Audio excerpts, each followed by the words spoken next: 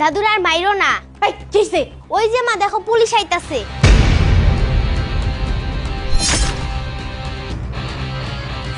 সত্যি তো পুলিশ। হ্যাঁ, এখন আমি কি করি? এই বুড়ো, ওঠ, ওঠ। এই, এই, আমার সাথে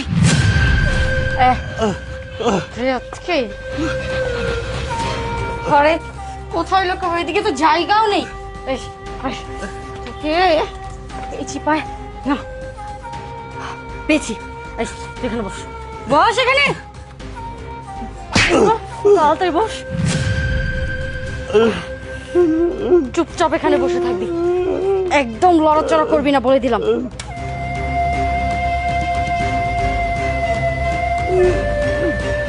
চিল্লা চিল্লি করবি না বলে দিলাম, একদম চুপচাপ এখানে থাক। পুলিশ যদি আসে কথা বলবি না।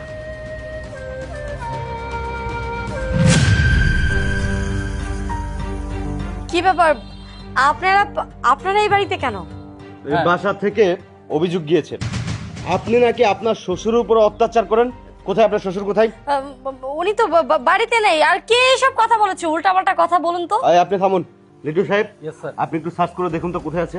ঠিক আছে। আরে স্যার,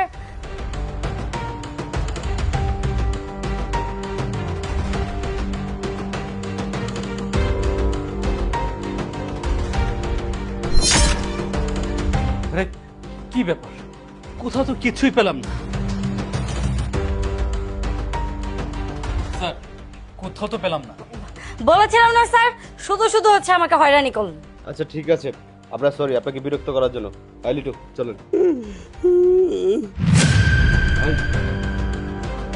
কেউ যেন কান্না করছে মনে হচ্ছে। না না না, রেডিও বাজছে, রেডিওতে। এই চলুন তো আমার সাথে চলুন। আরে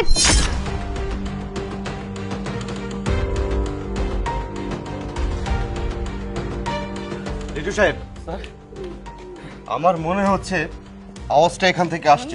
না না স্যার, এখানে হচ্ছে ওই যে মুরগির বাচ্চা ফুটেছে না, এই চুপ! ওইটা। এই চেক করুন। জি স্যার। এই এই শোন, বললাম আরে এই তো আপনার শ্বশুর। আপনি কি বললেন আপনার শ্বশুর বাসায় নেই?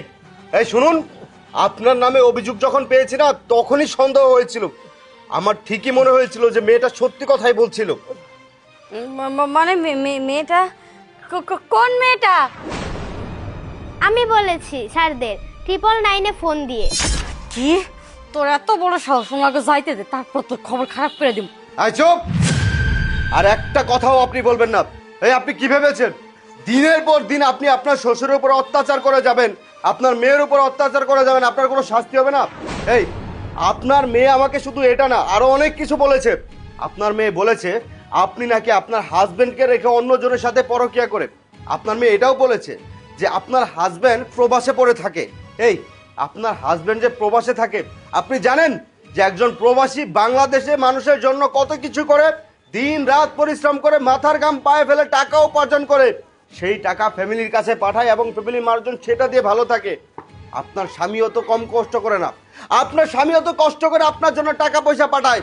তাহলে কেন আপনি আপনার স্বামীর সাথে বেইমানি করেছেন বলেন? স্যার, স্যার আমার ভুল হয়ে গেছে, আমার মাফ করে দেন। আমি আর কোনোদিন এরকম ভুল করবো না স্যার, প্লিজ। এই চুপ থাকেন।